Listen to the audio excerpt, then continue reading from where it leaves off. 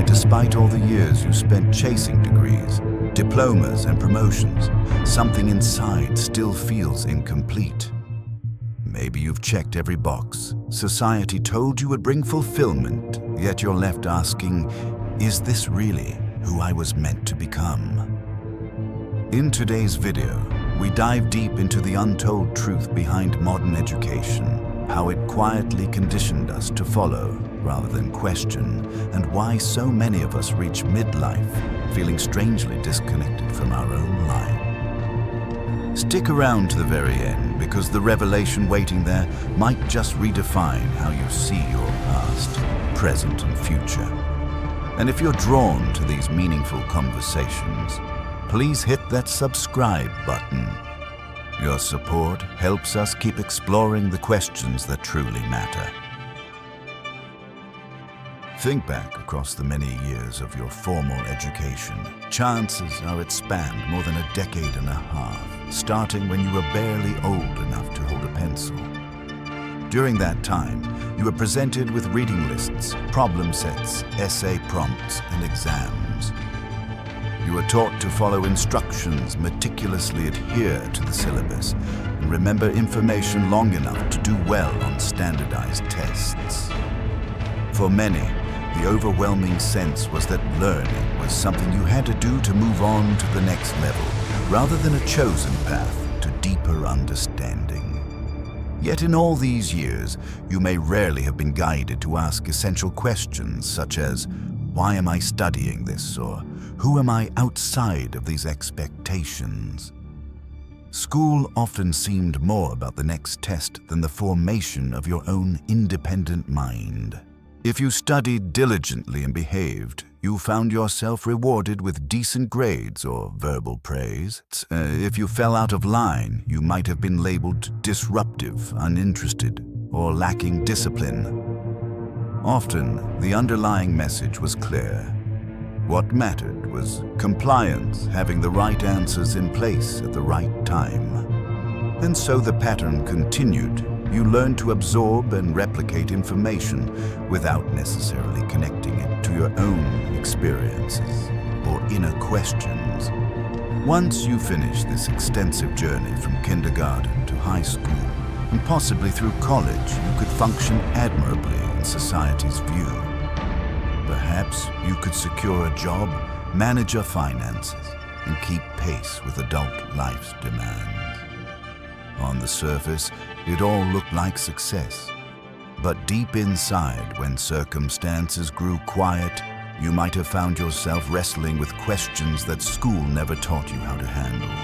Who am I really beyond job titles or degrees? What do I fundamentally want out of life? Or even, why does it sometimes feel like I'm on autopilot? These existential questions often lie dormant beneath years of achievement-oriented conditioning.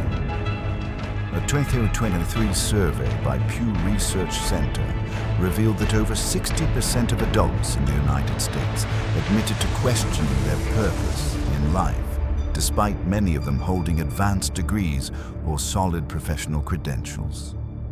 This discrepancy suggests a broader systemic issue rather than individual shortcomings.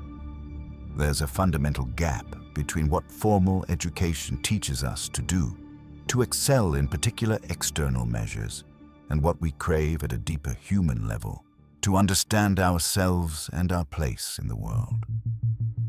If you felt uncertain, disconnected, or emotionally underdeveloped, it may not be because you personally failed or missed some universal memo about how to be fulfilled.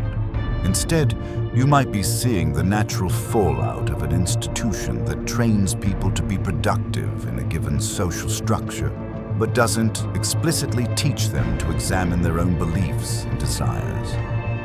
The modern education system's original blueprint was never truly designed with self-awareness in mind. Its prime aim, rooted in historical precedents, was to produce useful, compliant members of society who could uphold systems of production and governance.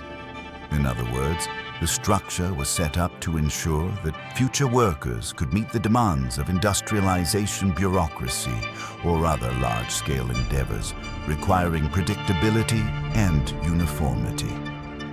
That's why, despite deep personal or philosophical questions that arise, you might feel ill-equipped to handle them. You were never taught how.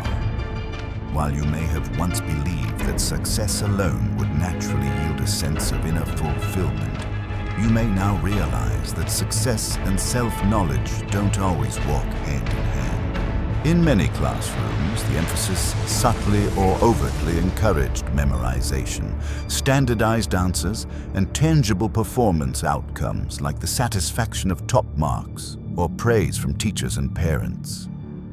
Meaningful discussions around individuality, purpose, and self-awareness often took a back seat or were relegated to optional extracurriculars, sporadic personal reflections, or fleeting moments when a particularly insightful teacher deviated from the script.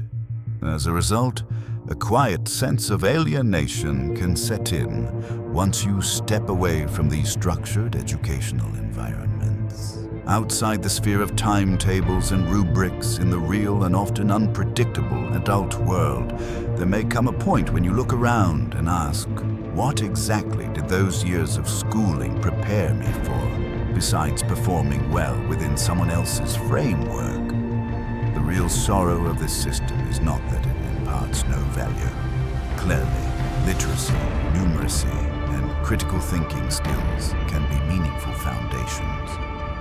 Rather, it's that the deeper dimensions of being human, like understanding one's inner landscape, cultivating emotional intelligence, and nurturing a sense of purpose, are scarcely, if ever, given center stage. School seldom says, let's pause and explore the nature of who you are, what you believe in, and how you connect to the greater tapestry of existence. More often, you're asked to memorize, repeat, and conform to preset standards, leaving the rest of your inner life largely unexplored. This lack of foundational self-inquiry accumulates over time. You may find yourself excelling in tasks that society deems important, earning credentials, accomplishing professional milestones, following adult routines, only to discover that you're uncertain about your own passions and values. The schooling process, as it's widely practiced, doesn't simply skip these conversations about identity and meaning, it systematically deprioritizes them. Students are encouraged to stick to established curricula and exam requirements, with any unstructured introspection viewed as a distraction from real learning. So by the time you've stepped into adulthood, you might be highly adept at meeting external expectations, but still lack an internal compass that points toward genuine personal fulfillment. Often, the moment of realization emerges in life's quieter hours or at times of crisis, when external validations suddenly lose their luster, when a loved one passes away, a relationship ends, or a long-held plan unexpectedly unravels, you may find yourself face to face with existential confusion. You might wonder why no class ever taught you how to navigate grief, failure, or the nuanced corners of human emotion. At that juncture, you realize that the very system purportedly preparing you for the future omitted any roadmap for life's deeper turns. This is not an indictment of teachers' intentions. Many educators sincerely try to inspire deeper thinking within the confines of a rigid framework, but a critique of the system's foundational purpose, which for generations has been more about maintaining societal structures than about nurturing fully self-aware individuals. To understand how we arrived at an education system that so frequently overlooks the essence of self-knowledge, it's useful to trace its historical roots. Modern education in many regions across the globe was shaped significantly by the demands of the industrial age. Factories required disciplined workers who could follow instructions, manage repetitive tasks, and respond well to authoritative commands. Governments sought citizens who were sufficiently literate to be productive, but not necessarily so inquisitive as to upend the social order. Schools were thus modeled to produce predictable, orderly outputs, much like factories themselves. Everything from the ringing bell that starts the day to the rigid scheduling of separate subjects in fixed blocks reflects this origin.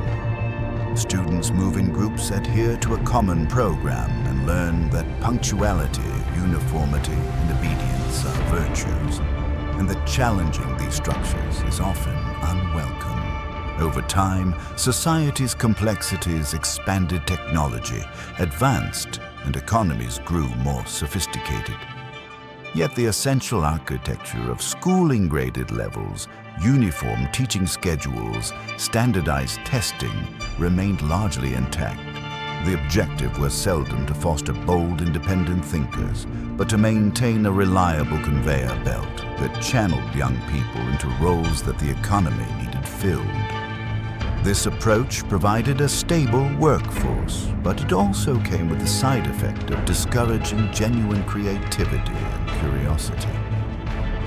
If you reflect on your own experience, you might recall instances when teachers told you to stay on topic or stop asking tangential questions, or when your imaginative ideas were confined to narrow, rubric-based assignments. While you might have had moments of genuine inspiration or self-driven discovery, the overriding narrative likely prioritized correct answers and quiet compliance. This is not to say that memorization and structure are devoid of worth. Basic literacy, numeracy, and historical awareness are undeniably important to navigate modern life. However, these skills alone do not suffice for the broader dimension of human growth. Philosophers, psychologists, and spiritual teachers across cultures from Socrates to the Dalai Lama have stressed the importance of introspection, moral reasoning, and holistic self-understanding. But as you probably noticed, explicit guidance in developing such inner faculties was often missing. Schools taught you facts, dates, formulas, and languages, but seldom how to confront existential angst or cultivate empathy in a deep, transformative manner. Despite occasional glimpses of bigger picture inquiry, like a debate in an English class or a social studies project that touched on ethical issues, the institutional framework rarely embraced these pursuits as central objectives. What emerges from this dynamic is a subtle, pervasive conditioning. You learn early on that success means pleasing authority figures, fitting neatly into existing systems, and above all, avoiding mistakes that might jeopardize your academic record. The fear of failure is deeply ingrained, creating a form of emotional brittleness. Your sense of self, bound up in grades and external recognition, becomes fragile. You adapt to the idea that self-worth hinges on performance, not introspection. When combined with the industrial era notion that each person is essentially a cog in a larger machine, the result is a generation, indeed multiple generations of adults, well versed in how to function outwardly, while internally wrestling with a sense of emptiness or disconnection. Adding to the weight of this conditioning is the cultural belief that education is inherently virtuous. We celebrate diplomas, graduations, and academic honors as though they are unequivocal indicators of wisdom or maturity. This conflation can obscure the reality that many people graduate without developing critical life skills such as the capacity for self-directed reflection or emotional resilience. By the time you realize these gaps exist, you might already be on a career path or saddled with responsibilities that leave little room for deep re-examination.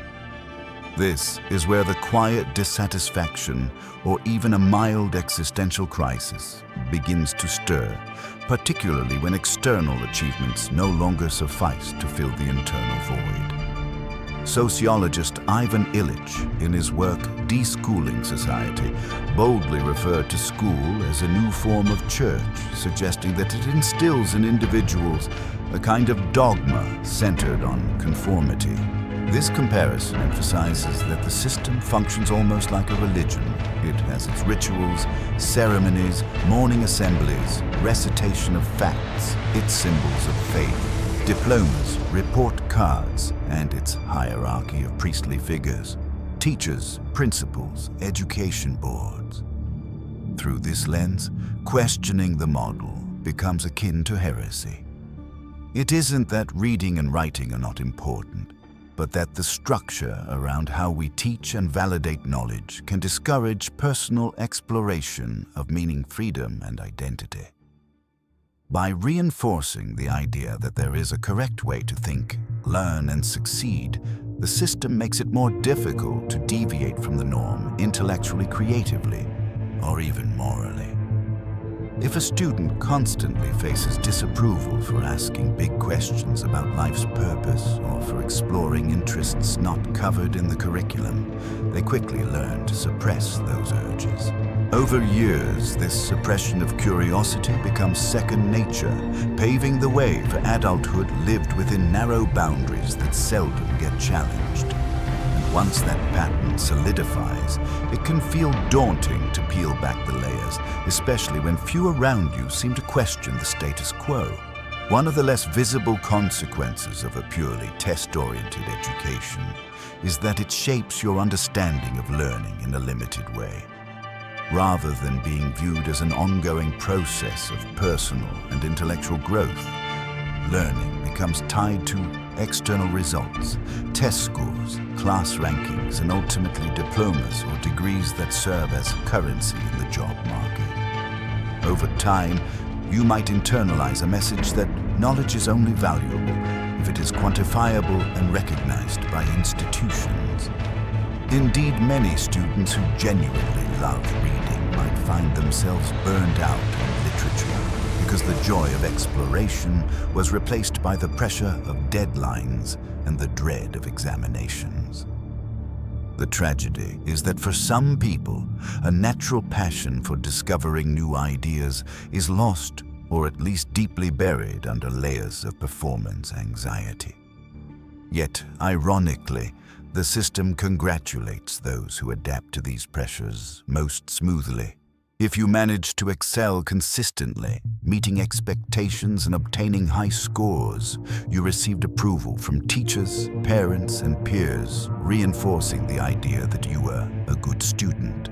But lurking behind that praise is a subtle conditioning. This goodness is heavily contingent on your willingness to follow scripts and deliver desired results. Rarely does anyone pull you aside to say, your questions matter more than your answers, or your curiosity is more valuable than your compliance. Instead, you are steered toward maximizing performance metrics like a budding specialist in a large factory line, while your intrinsic motivations might wither. Consider the words of Jiddu Krishnamurti, who argued that real education means awakening the capacity to think for oneself. This is no small feat in a system designed to funnel large groups of students through uniform assessments. Independent thinking can be unpredictable and uncontrollable, challenging the notion of standardization.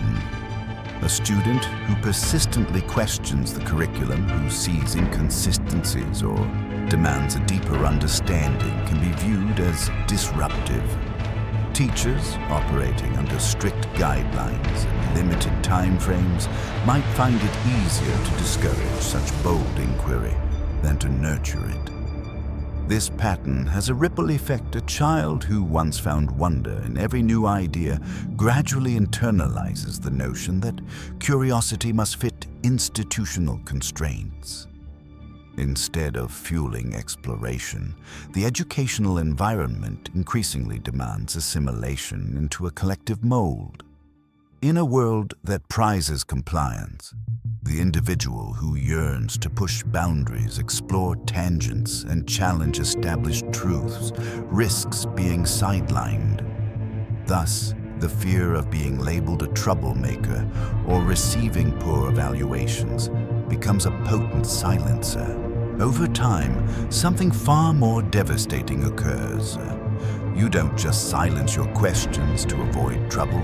You stop even forming those questions because they seem irrelevant or out of place in the grand scheme of getting ahead. Then there's the paradox of feeling successful, yet unfulfilled. You might accumulate accolades, advanced degrees, and social approval, yet sense a gnawing emptiness. This is not a personal failing. It's a reflection of how the educational system shapes identity.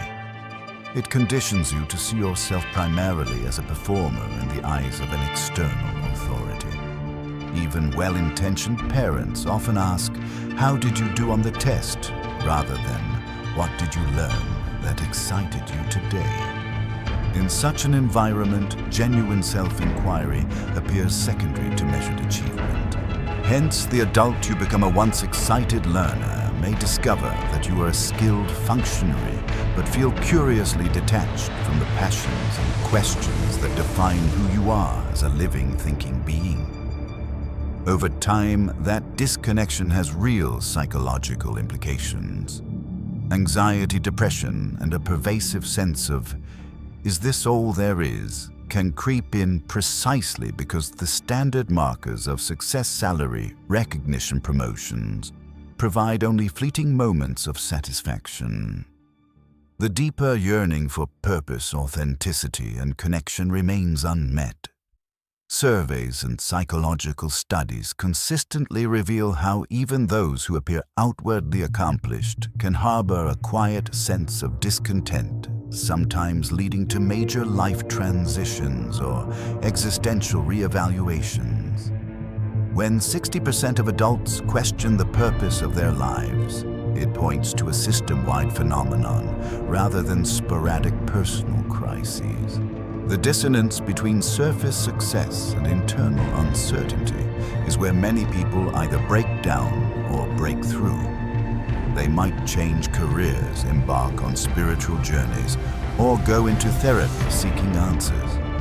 But imagine if schools had actively fostered these questions of purpose and identity from the start instead of deferring them until adulthood.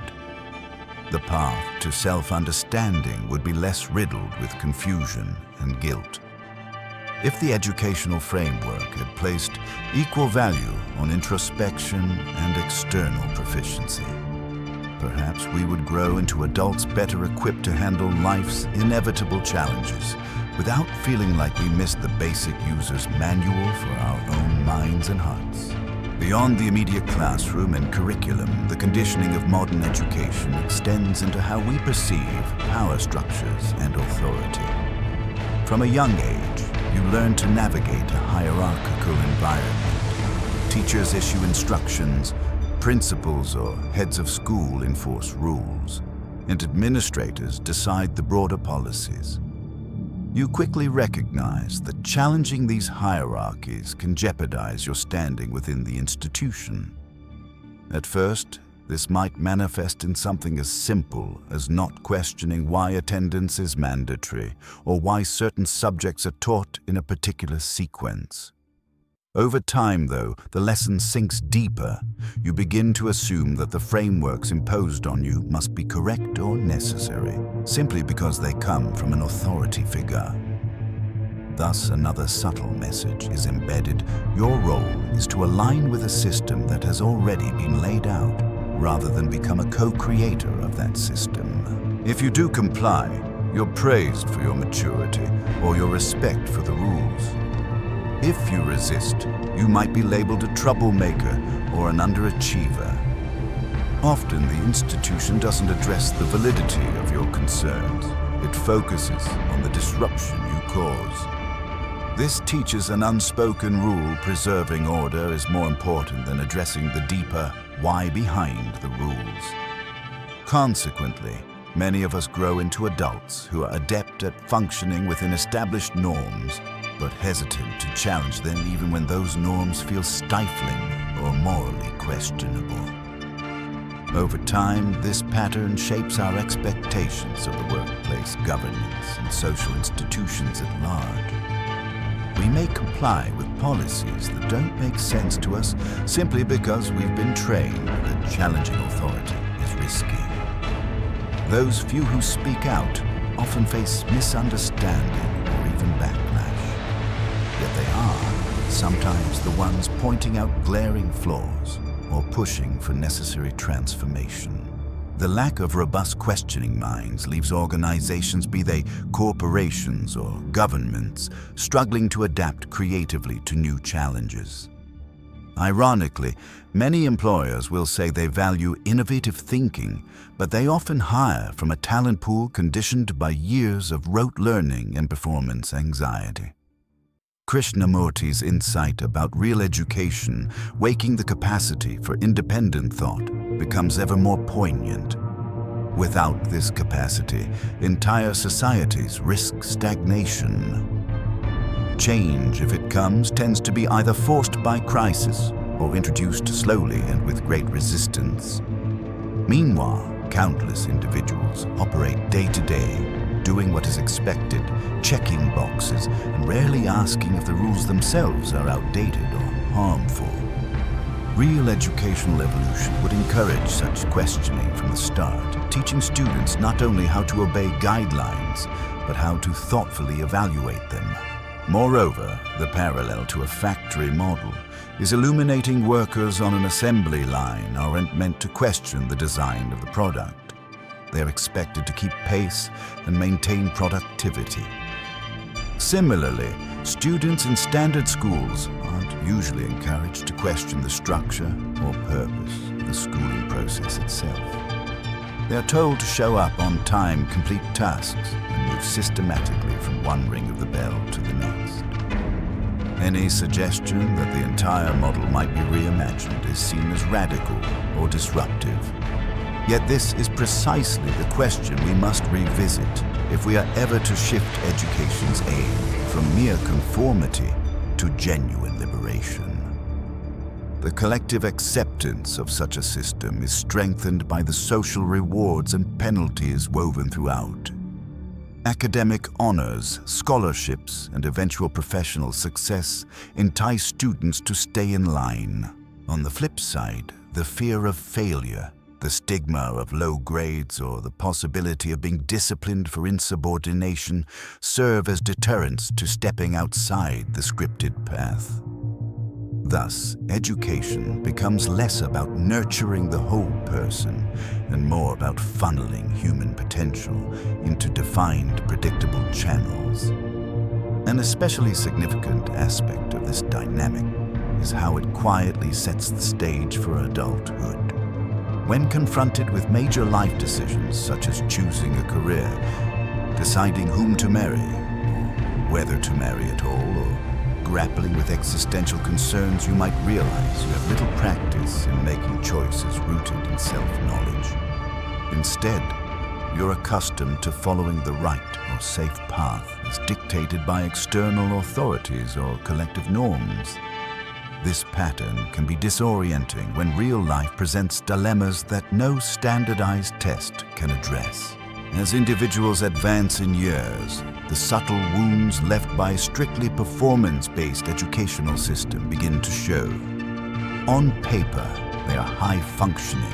They can solve complex problems at work, meet project deadlines, and manage finances or professional relationships.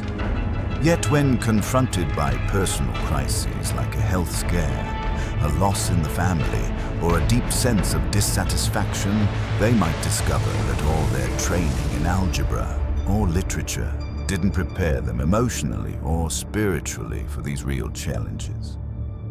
This gap can provoke anxiety and existential dread, as there is no formula for finding meaning, coping with grief, or reevaluating a life direction that once seemed certain. Psychology.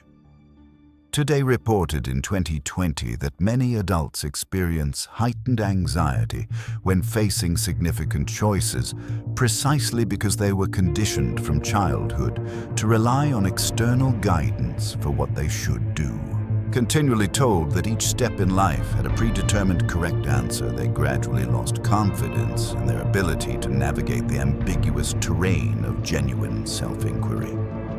It's not that these adults are incapable of making decisions, far from it. They simply haven't had consistent practice in questioning and honing their internal compass. Where a child naturally wonders, why is the sky blue? Or why must we do things this way? An adult who has been rebuffed too often for such queries may hesitate to question anything beyond the immediate scope of daily obligations. This conditioning also manifests in a pervasive sense of guilt or restlessness when one isn't being productive.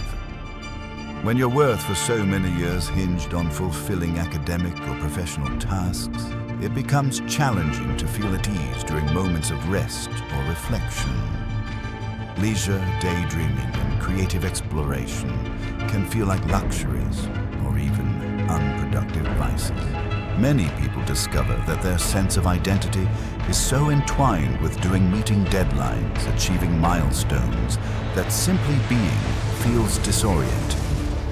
Hence, they work relentlessly chasing goals that may or may not align with deeper values, all while carrying an undercurrent of dissatisfaction.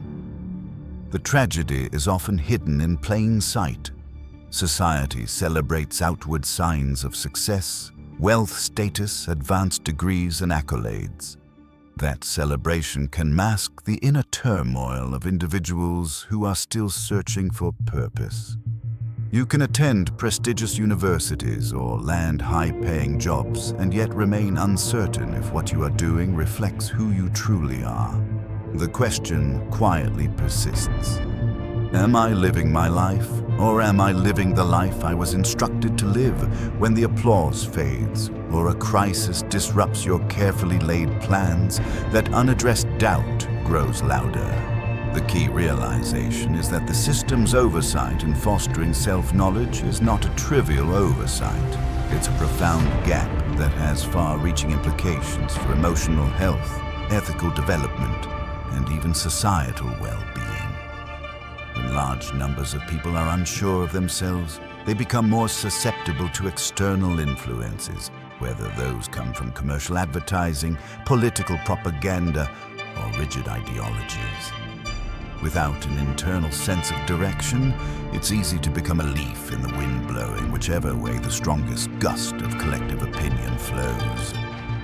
Yet this realization, while unsettling, can be the starting point for meaningful change. Feeling unprepared for life's deeper questions is not a personal shortcoming. It's a sign of how the education system focused narrowly on certain measurable outcomes at the expense of holistic personal development. Understanding this context can be liberating as it shifts the narrative from "I must be lacking something essential" to "I was never given the space or tools to explore my full self." And that shift in perspective opens the door to reclaiming the learning process for yourself beyond institutional definitions of success. The concept of unlearning becomes crucial here. An acknowledgement that certain habits, beliefs, and reflexes instilled by formal schooling may need to be dismantled or re-examined. After years of being told what counts as important or valid knowledge, stepping into the realm of self-directed inquiry can feel risky or unfamiliar. It's akin to traveling without a set itinerary for the first time, when you've always relied on meticulously planned tours.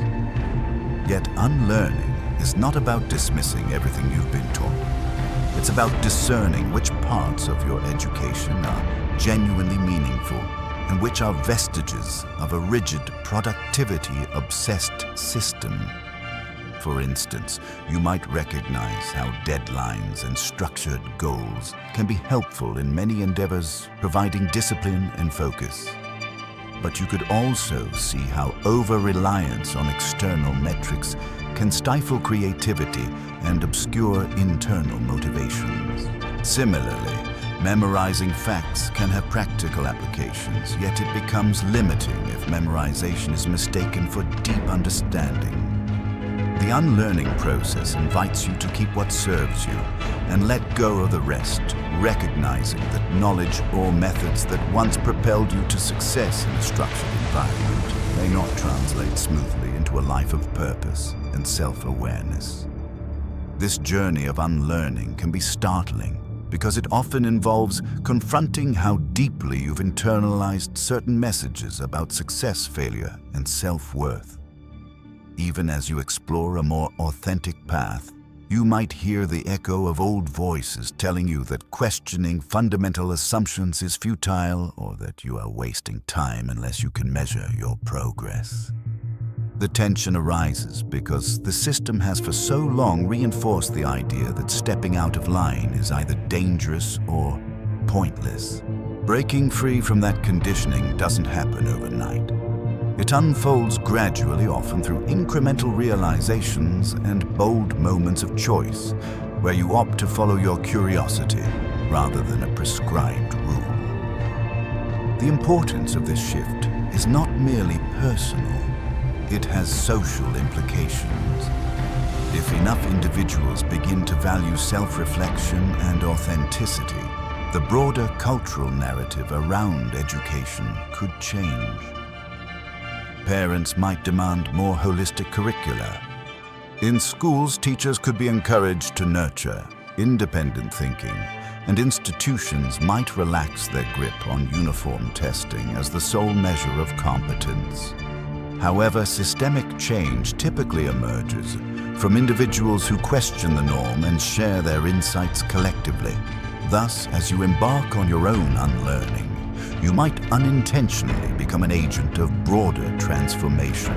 A question often asked by those considering this path is, where do I begin? Perhaps with something as simple as journaling. The questions that linger in the back of your mind, those that neither your schooling nor your professional life has encouraged you to explore. Or taking a long walk without digital distractions, letting yourself muse about your genuine passions and curiosities. Or diving into a book that has no immediate utility for your career, but resonates with your deeper sense of wonder. These small acts of intentional learning signal that you're willing to step off the conveyor belt and forge your own trail. Yet you might encounter discomfort. Conditioned by years of focusing on productive tasks, your mind might label such activities as frivolous. Persistent guilt or anxiety may emerge, coaxing you back into the safety of well-trodden routines. Still, your deeper self, long relegated to the background, may experience an exhilarating sense of homecoming, a reminder that there's more to life than acing tests or following someone else's script. At some juncture in this journey, the realization crystallizes that the real issue isn't a lack of competence or intelligence. You might be quite adept at various skills that society values, but you've simply not been guided to inquire into your own depths. Indeed, the fundamental design of modern education never intended to prioritize this inquiry. It intended to generate individuals who could serve existing systems efficiently. Recognizing this truth helps alleviate some of the self-blame that can arise when you feel disoriented or unfulfilled. It's like discovering that the map you've been using is excellent for reaching a well-known city, but utterly insufficient for venturing into unexplored territory. This shift in perception can lead to an empowering redefinition of success. Instead of measuring your worth by external accolades, you begin to ask, do I feel at peace with the life I'm creating? Or is my work, in whatever form it takes, an authentic expression of my capacities and values? Metrics like salary promotions and public recognition, while not necessarily meaningless, lose their absolute hold. They become secondary to an internal barometer of sincerity and alignment. While this can be disorienting, especially in social circles where everyone is fixated on traditional markers of success, it also ushers in a newfound sense of autonomy. You may discover that this rediscovery of self is not a solo pursuit, but something that resonates widely. When you open up about your experiences, how the educational system left you high on achievements, but low on personal clarity, others might echo your sentiments. You might find communities or circles of people who are similarly questioning the scripts they were given. Together, you can discuss and co-create alternative models of learning, whether that's through reading groups, art collectives, mentorship networks, or even local community efforts that place a premium on self-exploration over standardized tests. At the core, this is a return to the fundamental human impulse to question, to wonder, and to meaningfully engage with the world. Babies and young children are inherently curious, reaching for everything, tasting, touching, and asking why at every turn. That curiosity often gets tamed or suppressed by the institutional framework of modern schooling, which in its quest for order and uniformity finds boundless curiosity difficult to manage. But now, as an adult, you possess the autonomy to rekindle that spark. You can learn on your own terms, seeking subjects that ignite your spirit rather than fit neatly into a curriculum chart. Ultimately, real education extends beyond classrooms and diplomas. It's the lifelong process of encountering life's breadth and depth with awareness, courage, and openness. If the formal system provided you with foundational tools, reading, writing, critical thinking, collaboration, now is the time to apply them to your own evolution. Rather than blame yourself for feeling ill-prepared for life's intangible puzzles, you can honor the fact that you've recognized the system's limitations and are ready to transcend them. This is where you start asking bigger, bolder questions about who you are and why you're here. Questions that no standardized test has ever been designed to probe. Before moving on to examine in greater detail the impact of systematic conditioning on adult life and the possibilities for transforming our understanding of learning, pause to reflect on how deeply ingrained this inherited obedience is. Notice if you feel resistance rising at the thought that the system might be flawed. Realize that such resistance is part of the programming that equates rule following with safety. By naming it, you start to loosen its grip, allowing a broader perspective to emerge. From here, you can move forward with a more discerning and compassionate lens, both for yourself and for the myriad others who share this experience. Once you begin to recognize the subtle but pervasive form of programming built into conventional schooling, the next natural question is, how does this conditioning shape us as we transition from students to adults in the wider world? The adult world, of course, is far more unpredictable than the structured environment of a classroom. Yet many of us carry forward the same set of habits and assumptions about what knowledge matters, who holds authority, and how we gauge our own self-worth. Rather than forging our own path, we often apply the same follow-the-instructions mindset to career choices, relationships, and even existential questions about life's purpose. The immediate consequences might not be fully apparent until a significant event rattles the comfortable script. Perhaps the loss of a job, the end of a relationship, or a moment of deep personal discontent that arises from nowhere. In these moments of crisis, the adults who excelled in structured environments, acing tests, or receiving accolades may find themselves bewildered. They did everything right according to the rules of their youth, but real life isn't as tidy as a final exam. It doesn't hand out multiple choice questions or guaranteed feedback from an authority figure. Instead, life demands self-knowledge, adaptability, and the courage to navigate uncertainty. without a foundation in these inner skills, many adults feel as though they're stumbling in the dark. Paradoxically, they may be extremely capable in a specialized professional role. Engineers who can design complex systems, lawyers who can pass legal codes, accountants who can balance intricate ledgers but still be unsure how to cope emotionally or spiritually with personal upheaval. The psychological toll can manifest in myriad ways: chronic anxiety, persistent feelings of emptiness, or the gnawing suspicion that all these outward markers of success don't quite add up to a meaningful life. Some might mask these feelings by plunging deeper into work, equating busyness with purpose, or they might chase external validations like promotions, social media clout, or material possessions in a futile attempt to quell the inner restlessness. Others might recognize the turmoil but remain paralyzed by the sense that they lack permission to step away from the well-trodden path. When school taught them to raise their hands for every decision, the notion of forging an uncharted course might feel too large or too risky. Moreover, when people do summon the courage to break from the mold, they often face social disapproval, or at least confusion from peers and family members. Why would you leave a stable job? Are you really going to jeopardize everything you worked for?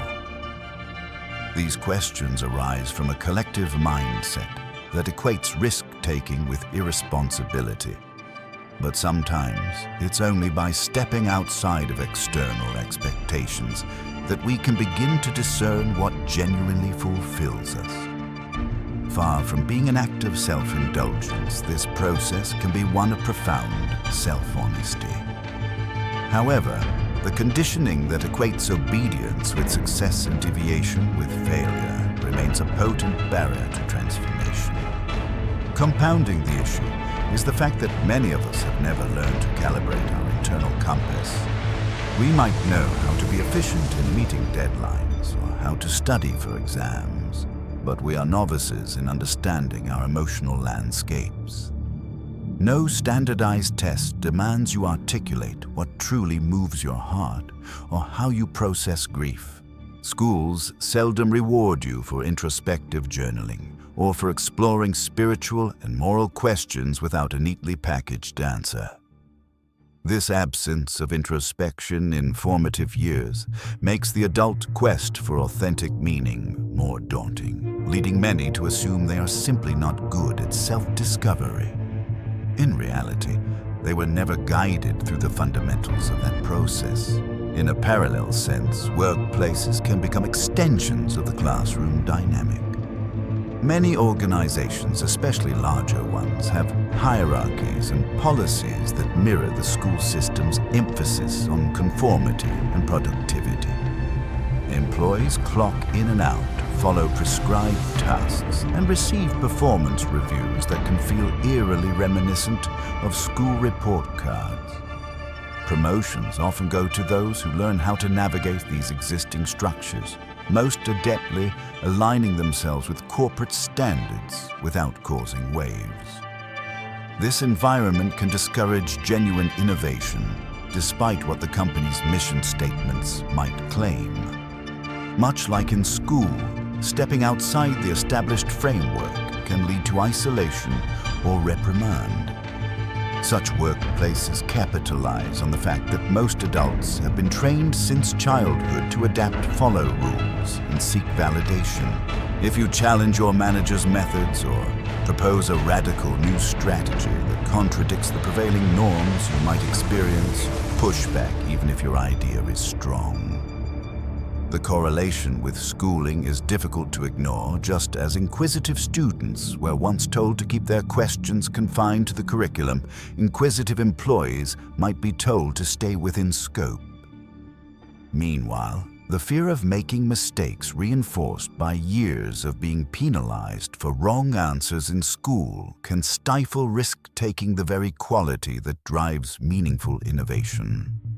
Of course, there are exceptions. Some progressive workplaces actively encourage creative thinking and out-of-the-box solutions. Yet even in these environments, individuals often carry the vestiges of their educational conditioning, unsure how to fully embrace the freedom offered.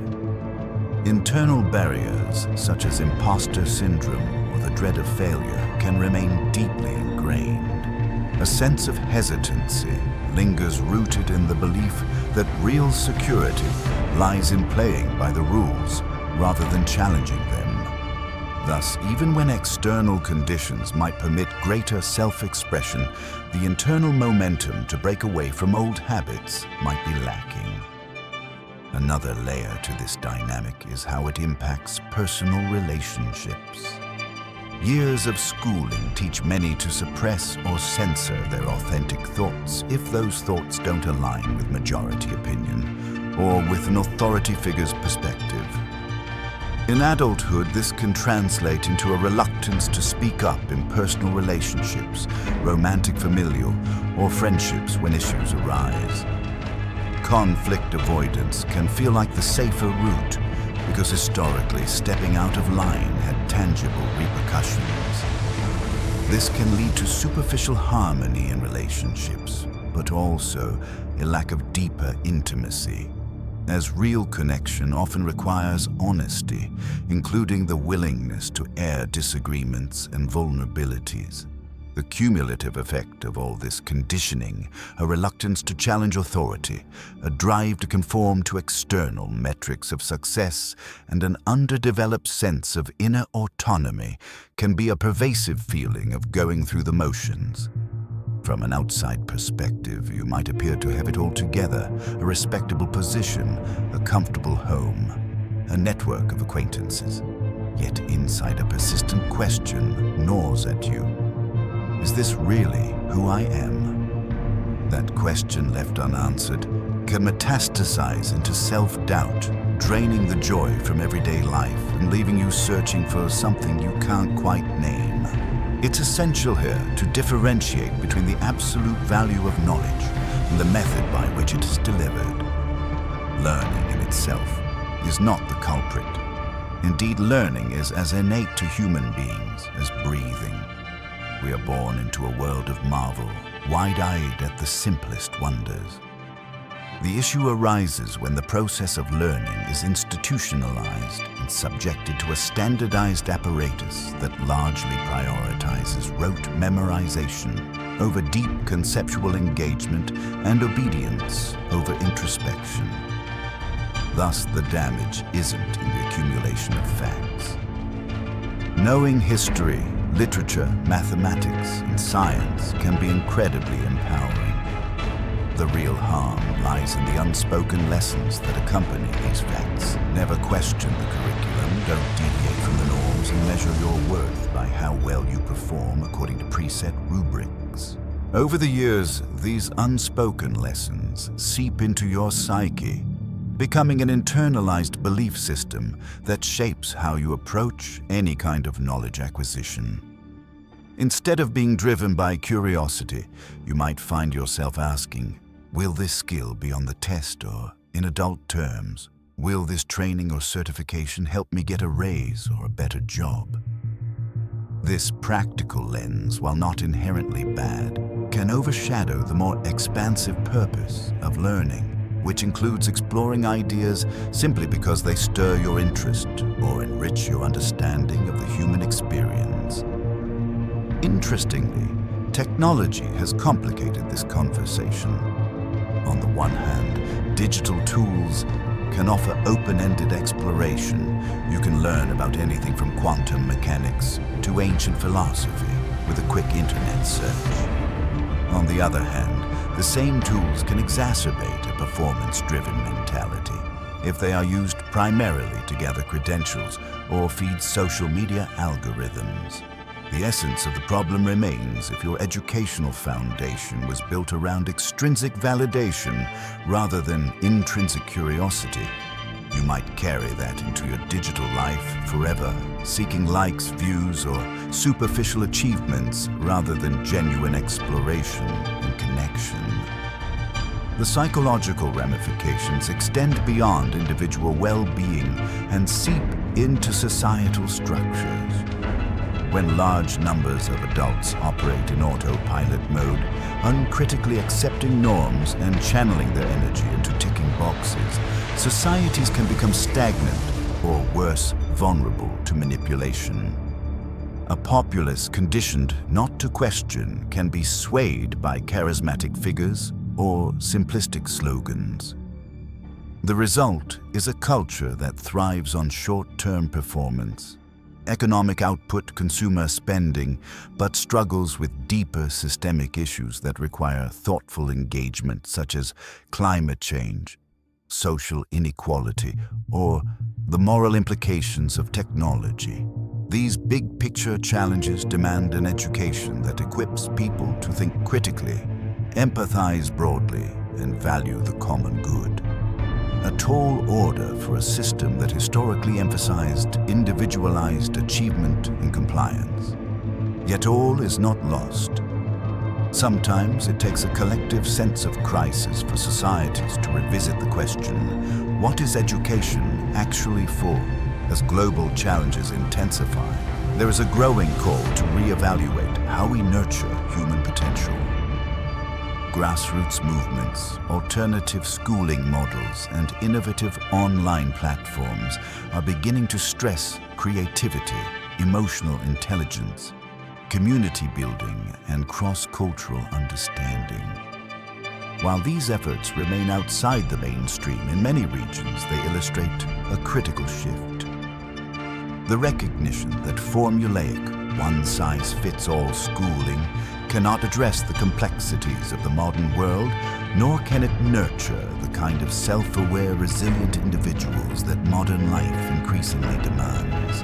For those on a more personal journey, grappling with the internal legacies of systematic conditioning often involves confronting an array of limiting beliefs. One persistent belief might be, I am only valuable if I am productive. This sentiment is the offspring of years spent receiving praise or reprimand based on how well you performed academically. Even if you've achieved a great deal in your adult life, the anxiety can remain that at any given moment you could be deemed a failure if your output falters. Consequently, you may find it challenging to rest, reflect, or explore interests that don't obviously translate into measurable outcomes. Another common internal residue is the fear of being wrong. Since mistakes in school could mean poor grades and embarrassment, adults often develop an aversion to taking creative risks. The stakes feel too high. Being incorrect might trigger old feelings of inadequacy or shame. This paralyzing fear can stifle innovation in professional settings and intimacy in personal relationships where honest exploration and vulnerability are key. Creativity, after all, thrives on experimentation and the possibility of failure. But if the educational system has conditioned you to view failure as a dangerous misstep rather than a stepping stone, you might avoid trying anything that doesn't have a clear path to success. On the flip side, some individuals overcorrect. They might rebel against every form of structure or authority, haunted by negative school experiences. While this rebellious streak can be a gateway to originality, it can also manifest as a kind of perpetual, contrarian stance, mistrusting all forms of guidance, be it institutional or personal. This reaction, however understandable, is still rooted in the framework of the system it defines itself, in opposition to the same structure it rejects, rather than transcending it. Both blind obedience and reflexive rebellion can be traps that prevent a more nuanced, self-directed engagement with life. This is where genuine self-inquiry becomes crucial. Part of unlearning involves noticing these internal patterns and identifying their origins. when you hesitate to voice a different viewpoint? Is it because you fear repeating a past scenario where you were penalized for being disruptive? Or is it because you genuinely agree with the consensus the difference is subtle but transformative? In one scenario, you are still operating under the shadow of old conditioning. In the other, you are consciously choosing alignment. Awareness is the first step in disentangling your current decisions from past programming. However, self-inquiry is not merely an intellectual exercise. It also requires an emotional reckoning, memories of shame. Embarrassment or feeling invisible in the classroom can linger beneath the surface, influencing your self-esteem and willingness to engage with the world.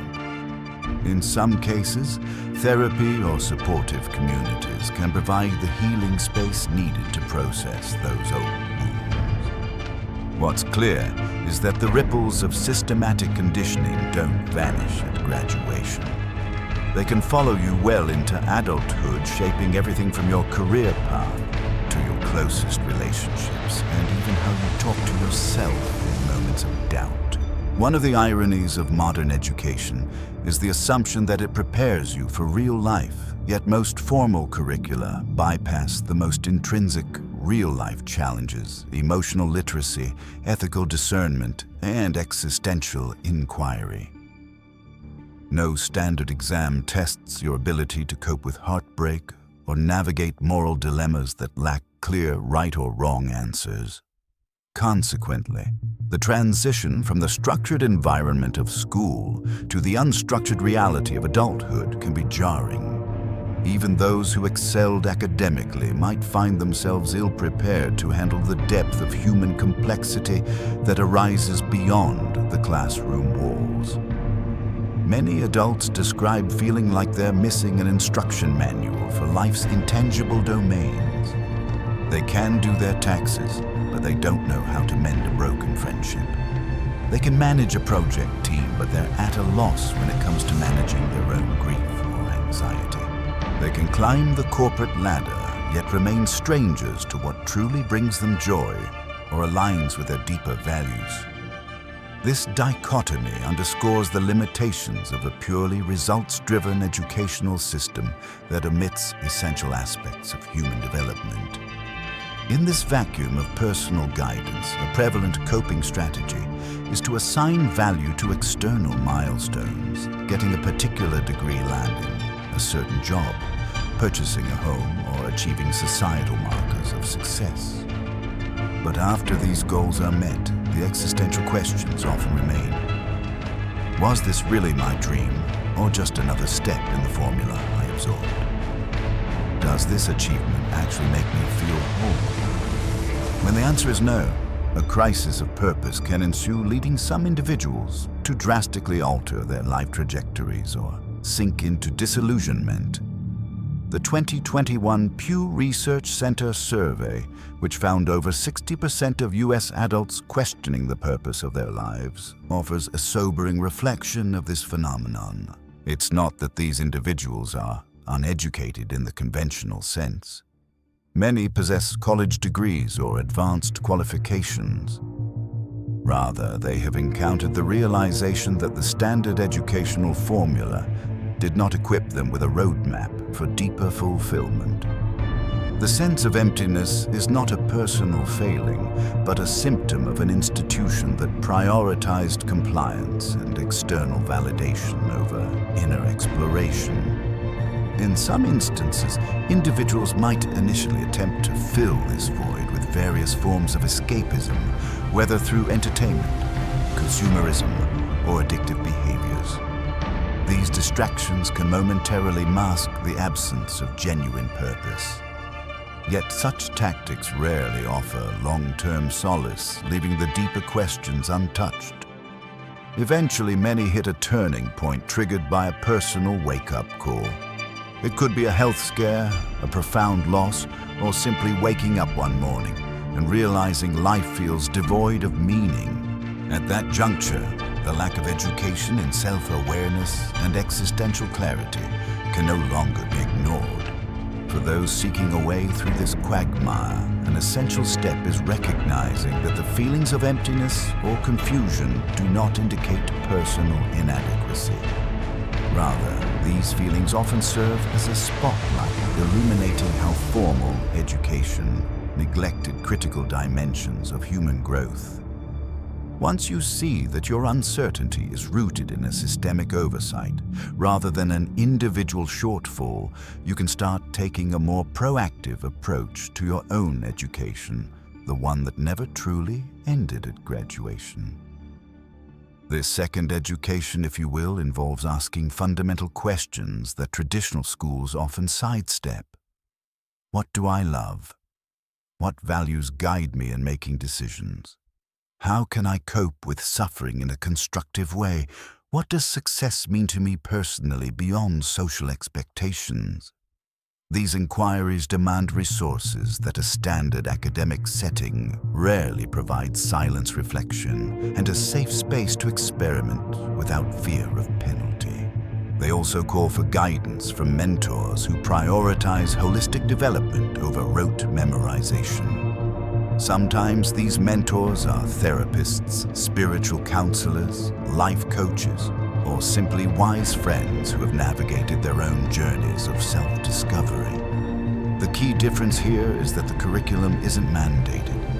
It's voluntarily chosen and often self-directed. Instead of receiving a grade, the reward is an expanded sense of authenticity and peace. In this second education, mistakes are not only tolerated, but seen as catalysts for growth. When you free yourself from the black and white thinking that dominated your schooling years, you begin to see challenges as opportunities for deeper insight. Failing at a business venture might become a lesson in resilience and creativity. Struggling in a relationship can be a prompt to develop better communication or emotional understanding. The learning curve is steep, but the stakes feel more real because it's your life you're shaping, not merely an academic record. The process can be as simple as setting aside time each day for practices that foster introspection, journaling, meditating, creating art, or reading philosophy. Over time, these habits can rewrite the narrative that was previously driven by external pressures. Rather than chasing another certificate or title, you learn to relish the journey of self-discovery. Your sense of worth begins to anchor in who you are rather than what you achieve. In parallel, you start recognizing that your perspective and voice matter, and that you have the right, even the responsibility, to question norms that feel restricting or misaligned with your values. This transformation doesn't happen in isolation. As you shift your approach to learning and living, you inadvertently impact those around you. You might become more empathetic, more willing to engage in meaningful dialogues, and more supportive of others who are struggling with similar issues. Sometimes, the most potent form of teaching is simply embodying a different way of being, one that stands in contrast to the performance-driven, fear-based model that pervades so many institutions. Through personal example, you can offer a glimpse of what life looks like when governed by curiosity, inner harmony, and courage, rather than by the anxious pursuit of external validation. Realizing that the educational system was never fully structured to nurture inner wisdom can leave you feeling both liberated and unsettled. On the one hand, understanding this oversight clarifies why you might have felt lost or incomplete despite doing everything right. On the other hand, the responsibility of shaping your ongoing education now rests squarely on your shoulders. You can no longer wait for someone else to provide you with the essential lessons about meaning, identity, or emotional intelligence that were missing in school. Instead, you must actively seek or create environments that cultivate these facets of being. This process might involve stepping away from traditional metrics of achievement. For instance, you could take a sabbatical from your job, to travel volunteer or immerse yourself in fields of study that intrigue you, but hold no clear professional payoff. Or you might continue in your current role, but drastically alter how you engage with it, focusing on collaboration, mentorship, or creative problem solving, even if it doesn't immediately yield a higher salary or position. Such decisions can be unsettling because they defy the formulaic approach that was drilled into you from childhood. Yet they can also be deeply revitalizing as they reconnect you with a sense of wonder and possibility that typifies genuine learning. Importantly, this self-directed exploration doesn't mean dismissing conventional education altogether. Reading widely, whether it's literature, history, psychology, or philosophy, remains a potent way to expand your horizons. The difference is that you approach these subjects not as tasks to be tested on, but as invitations to broaden your understanding of the human condition. You might study ancient mythologies or spiritual traditions, finding resonances or insights that speak directly to your personal struggles. You might delve into art or music, discovering creative channels you were too busy to explore previously. This broader notion of learning acknowledges that wisdom can emerge from unexpected places, unbound by syllabi. As you deepen in this new educational mode, you might also find yourself re-evaluating your relationships to teachers, both past and present. Some educators might transform in your memory, from authoritarian figures into well-intentioned guides who themselves were constrained by the system. Others might remain emblematic of the system's failings, reminders of what happens when institutional rules eclipse the natural curiosity and individuality of students. But these insights are part of your own unlearning, showing you the complexity of systems that shape minds and hearts. In a sense, you're returning to a more authentic version of yourself, the one who existed long before the school bell rang for the first time. That younger self was brimming with questions and imagination, unconcerned about conforming to external standards. By learning to trust your inner voice again, you reclaim the territory that was always your birthright, the freedom to discover and define who you truly are. This reclamation might not be easy, especially when the world around you continues to prize performance and measurable achievements. Nevertheless, each step you take toward understanding yourself more deeply can feel like a homecoming, a reunion with the part of you that education often neglected or overshadowed. Now that we've examined how education's emphasis on conformity and performance can shape both our internal landscapes and external lives, the question arises, how do we reclaim a more authentic form of learning that reconnects us with our deeper selves? One initial step involves recognizing that real education is not restricted to the boundaries of formal institutions. It is an ongoing, life-encompassing pursuit that thrives in curiosity, creativity, and self-reflection. This shift in perspective releases the pressure to master knowledge for the sake of pleasing an authority figure or passing an exam. Instead, it reframes learning as an organic, self-directed process rooted in personal desire and existential inquiry. Consider, for instance, how children learn before they ever enter a formal classroom. They are driven by innate curiosity, exploring their environment through touch, taste, questions, and imitation. They don't need a syllabus to figure out how to stack blocks or mimic adult behaviors. Their curiosity compels them to keep investigating until they gain sufficient mastery for their developmental stage. Formal schooling, as we've discussed, often dilutes this natural love of discovery by replacing it with external motivations.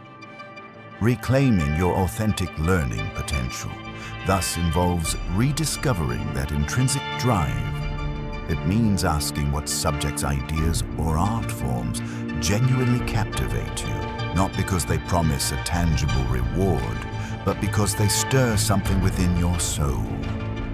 The unlearning process, detailed earlier, helps pave the way, freeing you from the internal scripts that say every learning endeavor must have a direct payoff or pass someone else's approval.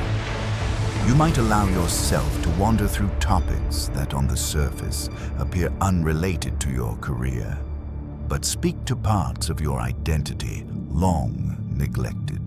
Delving into philosophy, spiritual practices, different art mediums, or deep ecology might not yield immediate financial returns, yet such explorations can bring perspective, empathy, and self-awareness qualities that often prove invaluable in both personal growth and creative problem-solving down the line. An integral piece of reclaiming authentic learning involves questioning the conditioning that equates serious study with dryness or rigid discipline. A freer approach to study can embrace joy, playfulness, and experimentation. Instead of confining learning to a desk or screen, you might integrate it into your daily life. Reading meaningful texts during morning quiet time, discussing new ideas with friends over dinner, or experimenting with a musical instrument in the evenings, just for the sheer pleasure of creating sound. By weaving learning into the fabric of your life, you transcend the notion that education is something you only do at school or for professional development. In this transformed landscape, the teacher-student dynamic also evolves. You can learn from anyone or anything. A wise friend, a YouTube tutorial, a nature walk, or a chance encounter with a stranger who shares a compelling insight. The world itself becomes a classroom, and you shift from passively consuming lessons to actively engaging with them. In this mode, failure is a misnomer, as every trial that doesn't go as planned simply becomes another source of data. Another clue that points you toward a deeper understanding of your craft and yourself. Developing a community around these principles can be equally transformative. Just as traditional schooling relies on group dynamics to reinforce certain values, so too can alternative learning communities foster a sense of shared exploration. Book clubs that focus on existential questions or self-development themes, art collectives that encourage experimentation without judgment, and meditation groups where reflection is a communal practice. All of these can serve as antidotes to the isolation that often accompanies solo unlearning. Within these communities, curiosity is celebrated rather than suppressed. Vulnerability and not knowing is embraced as part of the journey, rather than a source of shame. It's important to recognize that such communities, while powerful, can also be challenging. Many of us carry deep-seated fears of being judged or labeled naive for questioning status quo norms. We might worry that others will see our quest for deeper meaning as impractical or self-indulgent.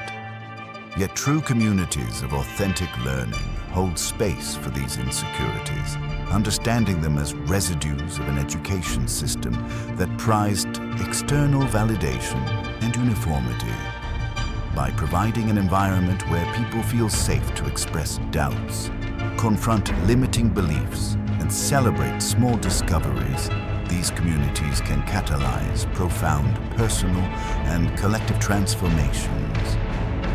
In these supportive circles, you might find yourself questioning assumptions you didn't even realize you held about what success should look like, what kind of career path is viable, or how relationships ought to function. Freed from the fear of ridicule, you can examine the bedrock of your worldview. Is a 40-hour work week the only sustainable approach to productivity? Should higher education always be pursued in linear steps from undergraduate degrees to a PhD? Do you need a house with a white picket fence to feel stable and accomplished? Such questioning is not about arbitrarily dismissing conventional norms. but about discerning which norms, if any, genuinely resonate with your core values. Moreover, learning communities can help bridge the gap between theory and action. It's one thing to read an article or a book that challenges the status quo. It's another to apply those insights in your daily life. Perhaps you embark on a smaller experiment like cutting your work hours to create space for a passion project, or choosing to volunteer in an area that aligns with your newly clarified values.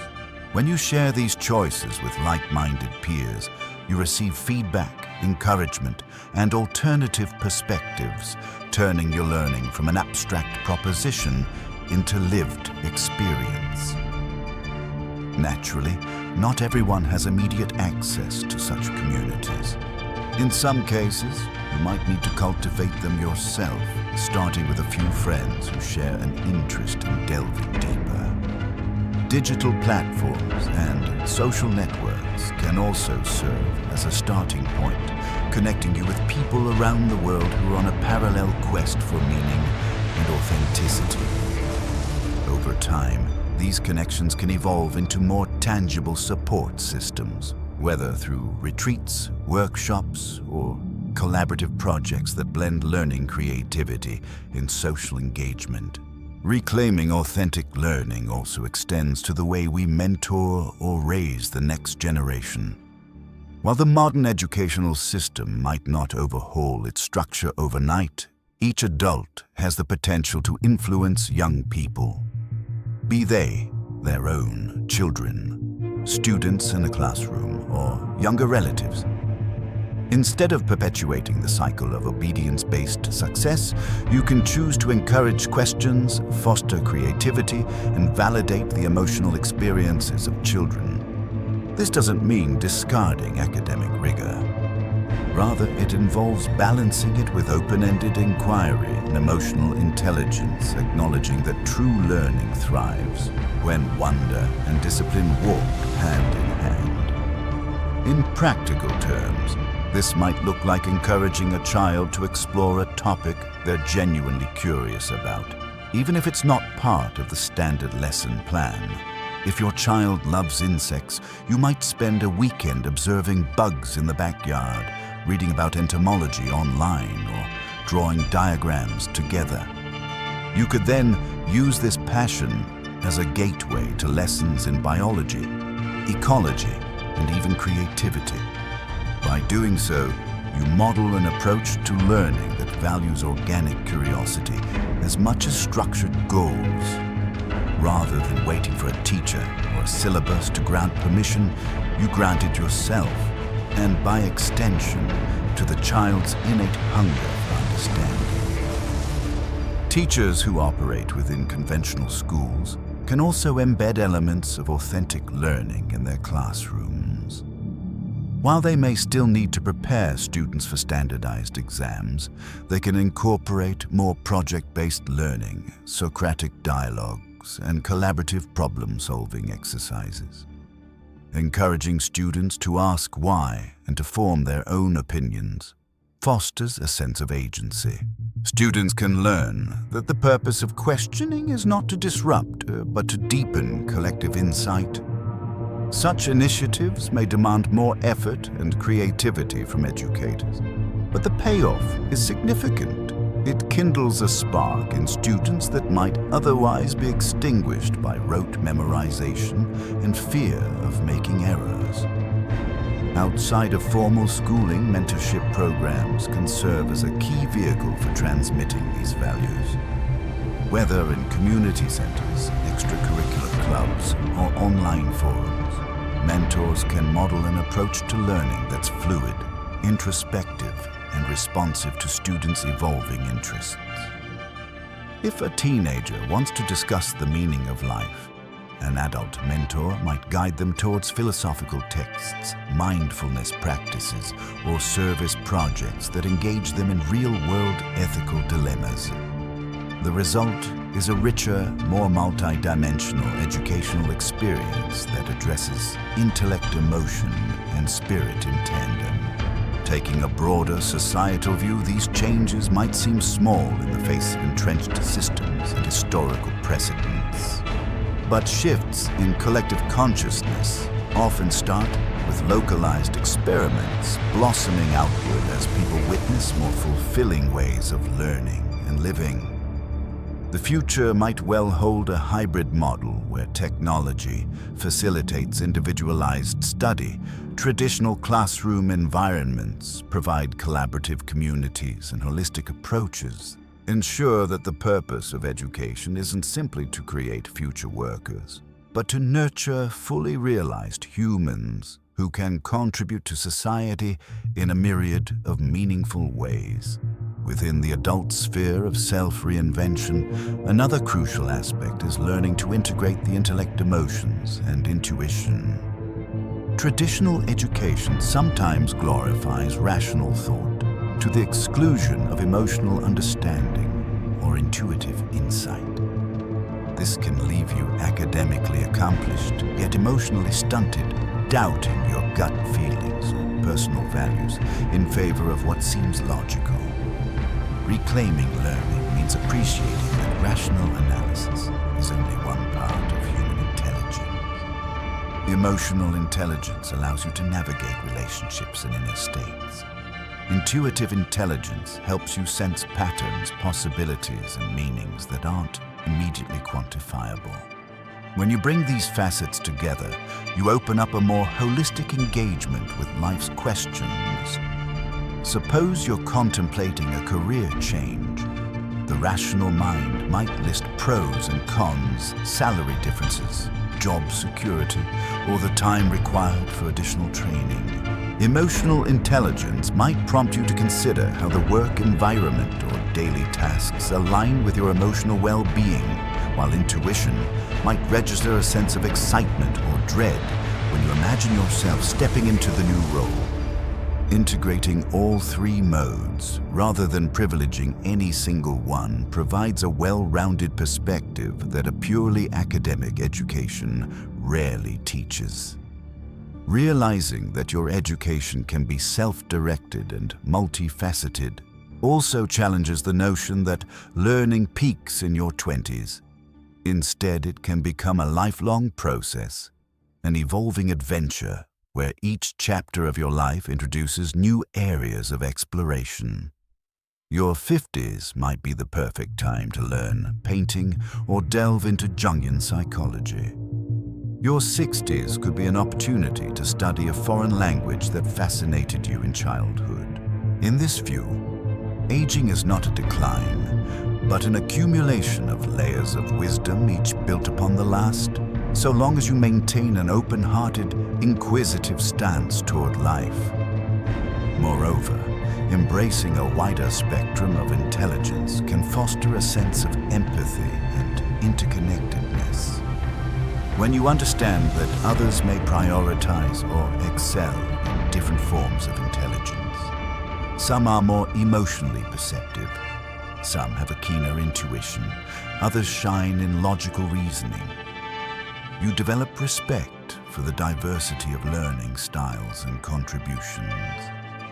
Such respect can soften the competitive edge instilled by years of academic ranking, replacing it with a collaborative spirit. Instead of measuring yourself against rigid benchmarks, you begin to see how various strengths complement one another, whether in a family setting, a project team, or a community organization. This perspective also invites a kinder approach to self-evaluation. Traditional schooling's emphasis on constant grading can breed perfectionism or self-criticism.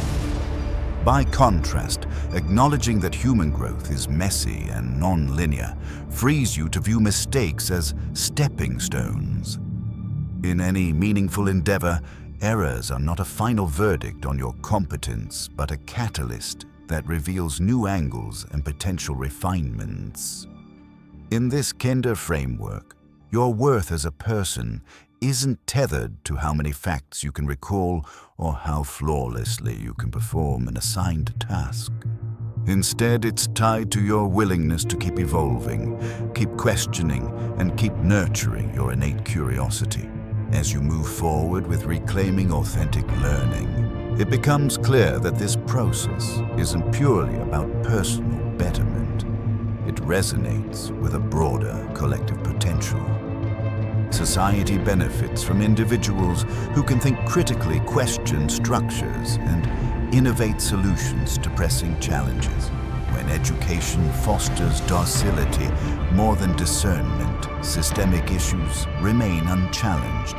But when you rediscover your natural inquisitiveness and align your life with deeper values, you become a powerful force for change, whether that's in your office, your neighborhood, or on a global scale. This is not to suggest that everyone should become a radical activist. Transformation can also be quiet and steady, like a teacher who gently introduces open-ended discussions in a traditional classroom, or a parent who consistently invites children to question and explore. Even subtle shifts can ripple outward over time, gradually altering cultural norms. For instance, if enough employees in a rigid corporation begin to speak up about outdated practices, the leadership might grudgingly at first adapt policies to encourage more creative or flexible thinking. There is also a spiritual or existential dimension to this shift. By returning to the bedrock of your own curiosity, you reconnect with a profound sense of wonder that is arguably essential to the human experience. Philosophers throughout history, from Plato to modern existentialists, have posited that grappling with fundamental questions about life-death ethics and purpose is pivotal to becoming fully alive. When education is reduced to memorizing data or performing tasks, it risks trivializing this deeper quest. By carving out space for existential reflection, you honor a crucial aspect of what it means to be human.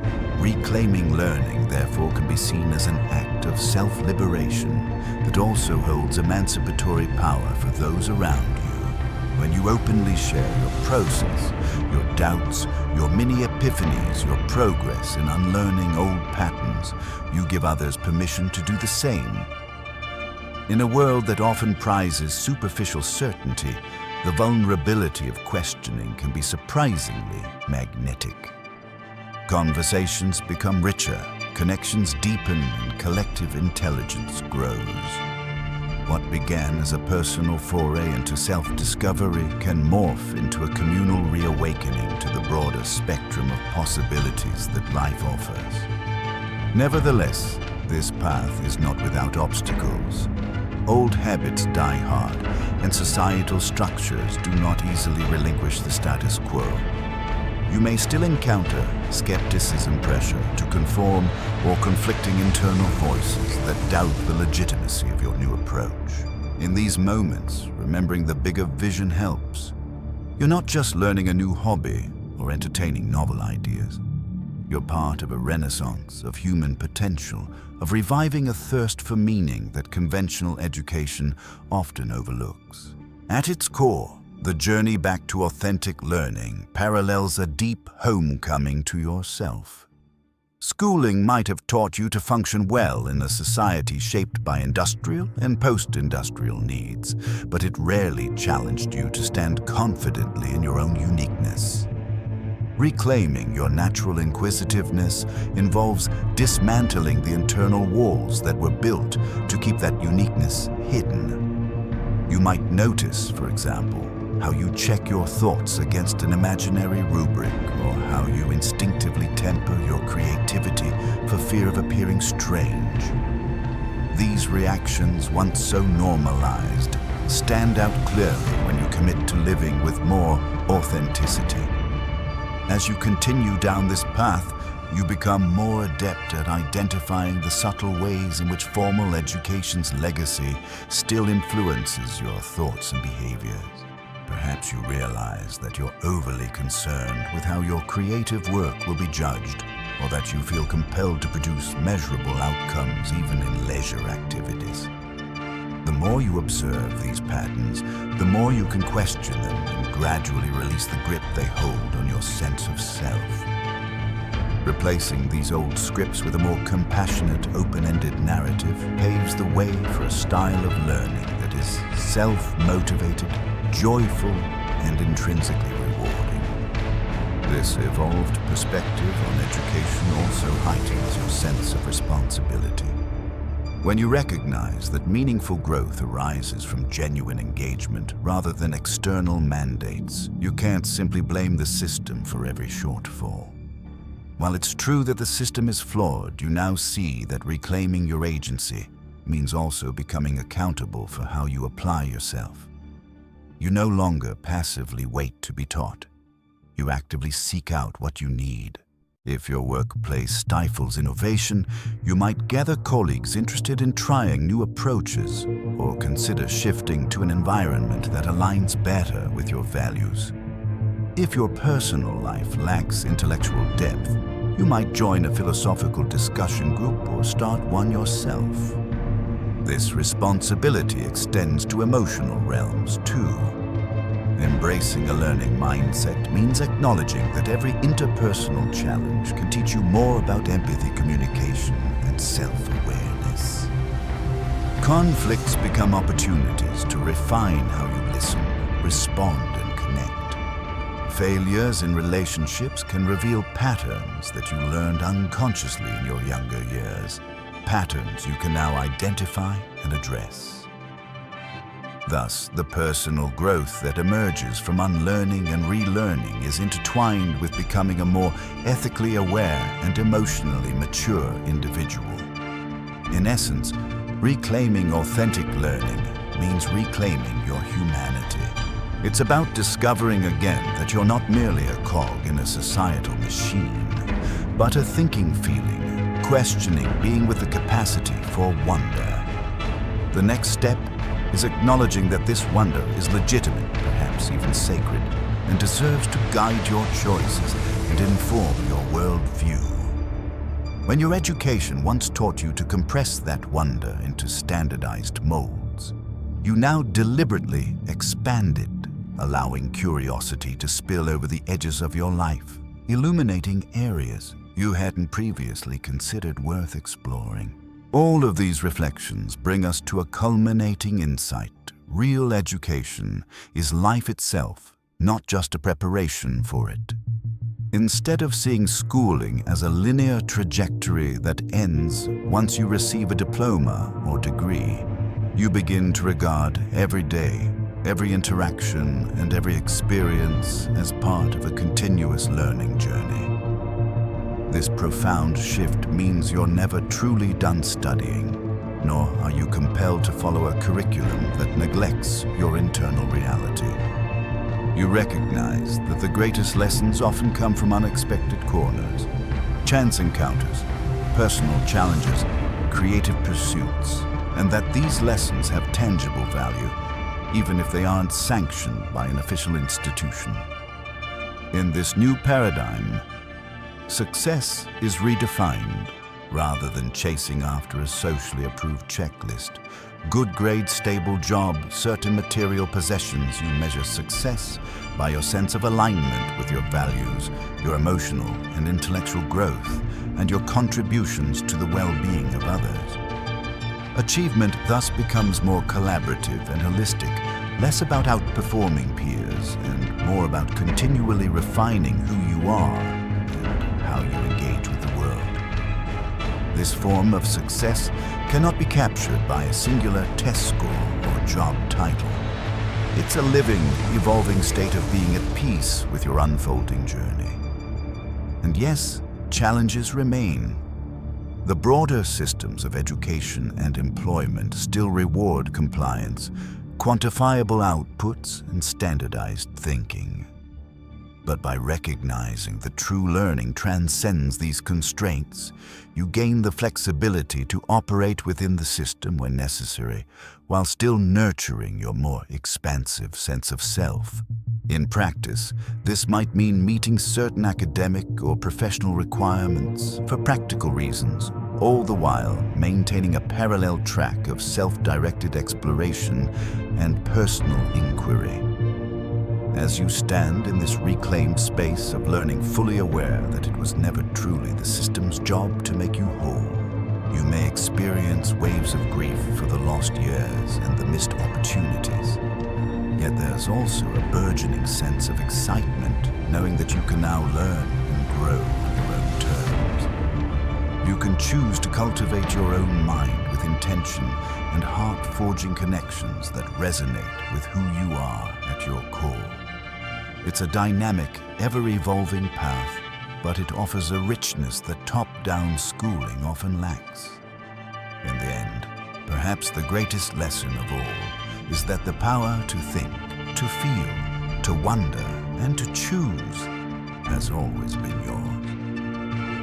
Modern education systems, with all their guidelines and pressures, do not hold a monopoly on learning. The real revolution happens quietly within you the moment you decide that your mind and spirit can and should remain curious, questioning, and fully alive throughout every stage of life.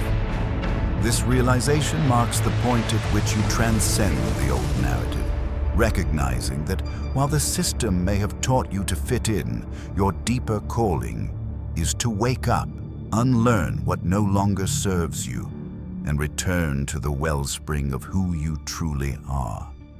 You're not simply a product of an educational assembly line, nor are you destined to live by someone else's blueprint.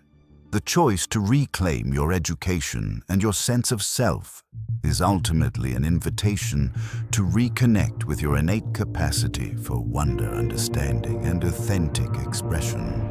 Answering that invitation may well be the most important test you ever take and the most liberating one to pass.